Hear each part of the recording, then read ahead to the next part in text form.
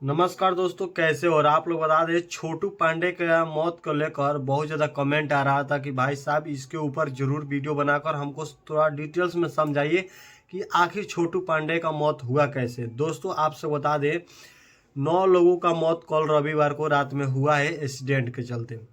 दोस्तों आप सबको बता दें, छोटू पांडे थे, आंचल तिवारी थी और भी उनके ड्राइवर थे, राइटर थे और बेंजू माटर, बहुत सारे लोग थे, जिसमें कम से कम कलकार लोगों में से 8 लोग का कल मौत हुआ है और एक मोटरसाइकिल चालक का हुआ है। ये सभी लोगों का मौत होने का कारण क्या है और कैसे हुआ, ये सब आपको बताते हैं। दोस्तों ओवर ब्रिज पे जब ये लोग गाड़ी चला रहे थे, तभी मोटरसाइकिल वाला ने गलती से साइड ले लिया इनके स्कॉर्पियो के सामने। तभी अचानक स्कॉर्पियो का बैलेंस बिगड़ गया और कंटेनर जस्ट सामने से आ रही थी और सामने वाली कंटेनर में और मोटरसाइकिल में और स्कॉर्पियो में इतना ज़बरदस्त टकराव हुआ बैलेंस बिगड़ने से, ताकि स्कॉर्पियो को जो चालक है उनको आंख बंद हो गया और मोटरसाइकिल के सहित कंटेनर के इंजन में जाकर इतना तेज से धक्का मारे कि मतलब मोटरसाइकिल को तो समझिए कि क्या हुआ है, जैसे चकनाचूर होता है वैसे हो गया। वो जो चालक था उसका भी पता नहीं चला कि क्या कब टूका उसका इंसान का बॉडी हुआ।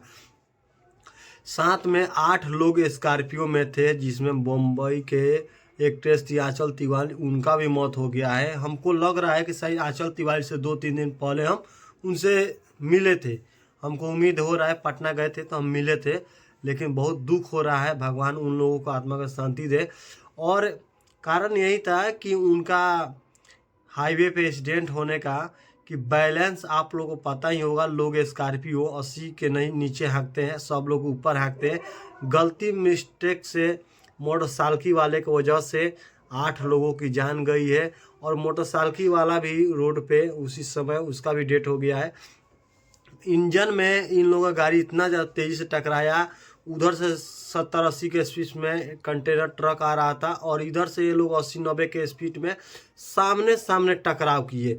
तो दोनों का इतना तेज में टकराव हुआ कि गाड़ी का इतना ज़्यादा प्रेशर बना और इतना ज़्यादा स्पीड बना कि उधर से गाड़ी और इधर से गाड़ी दोनों का आपस में टकराव हुआ। तो मतलब स्कॉर्पियो को साफ चकनाचूर कर दिया। मतलब समझिए कि एक वो चाका जो कंटेनर का वो भी टूट गया है।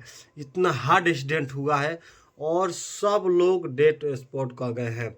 दोस्तों इस चीज़ को बहुत ज़्यादा दुख ही महसूस हुआ कि हमारे भोजपुरी कलाकार इंडस्ट्री में ऐसा हादसा हुआ और ये चीज़ किसी को विश्वास नहीं हो रहा है।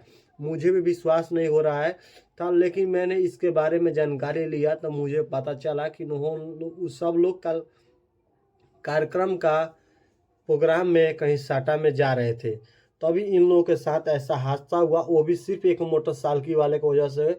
यह सब जानकारी ट्रक चालक ने बताया, क्योंकि उधर से वो आ रहा था और इधर से दोनों लोग जा रहे थे, तभी मोटरसाइकिल चालक ने गलती किया तो इनका बैलेंस बिगड़ा, तो एक घटना घट गया। दोस्तों ये बहुत ही खतरनाक अपडेट है।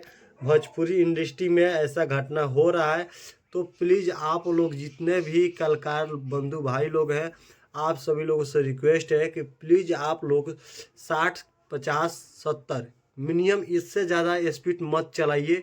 कहीं भी जा रहे हैं तो 500 किलोमीटर दूर जाना है तभी, या 200 किलोमीटर दूर जाना है तब भी कभी गाड़ी स्लो चलाइए और आगे पीछे कंटिन्यू ध्यान देते रहिए।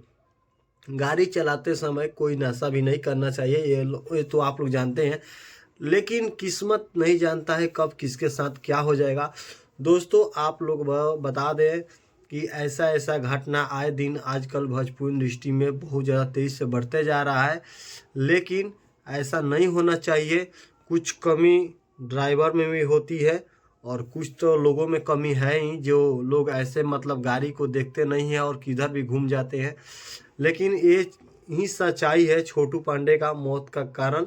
और बहुत सारे लोग सोच रहे थे कि अब क्या होगा इन लोगों के साथ। तो दोस्तों आपको बता दें, जो गाड़ी चालक है या गाड़ी में जितने भी मौजूद लोग थे, उनको तो सरकार की तरफ से 4 लाख जो मुआवजा दिया जाता है वो तो मिलेगा, लेकिन किसी का औलाद तो वापस नहीं आ सकता है। बस आप लोग दुआ कीजिए भगवान से कि उन लोगों का आत्मा को शांति मिले, और सरकार हो सके तो उनके घर वाले परिवार वालों को कुछ राशि से सहायता करे। अब क्या कर सकती है सरकार, सरकार के भी इसमें दोष नहीं है। तो यही था सच्चाई उन लोगों का एक्सीडेंट होने का, और इसी कारण से उन लोगों का मौत हुआ है। प्लीज़ वीडियो को ज़्यादा से ज़्यादा शेयर कीजिए ताकि लोग सावधानी से चले सड़क पे। और जितने भी ड्राइवर बंधु भाई सब हैं उन सभी भाइयों लोग से एक ही चीज़ का रिक्वेस्ट करेंगे कि 100 का ज़रूरी नहीं है हाँक कर गाड़ी चला कर देखना। आप 50, 60, 70 हाँकिए, आपका बैलेंस हम जानते हैं स्कॉर्पियो को इतना काबू में आ सकता है। 70 के स्पीड में रहेंगे तो आपका स्कॉर्पियो का बैलेंस काबू में आ सकता है। 70 से 1.71 पर भी जाएंगे तो आपका बैलेंस काबू में नहीं आएगा, ये हम जानते हैं। चलिए दोस्तों, वीडियो को शेयर कीजिए, फिर मिलते हैं नेक्स्ट वीडियो में, तब तक नमस्कार।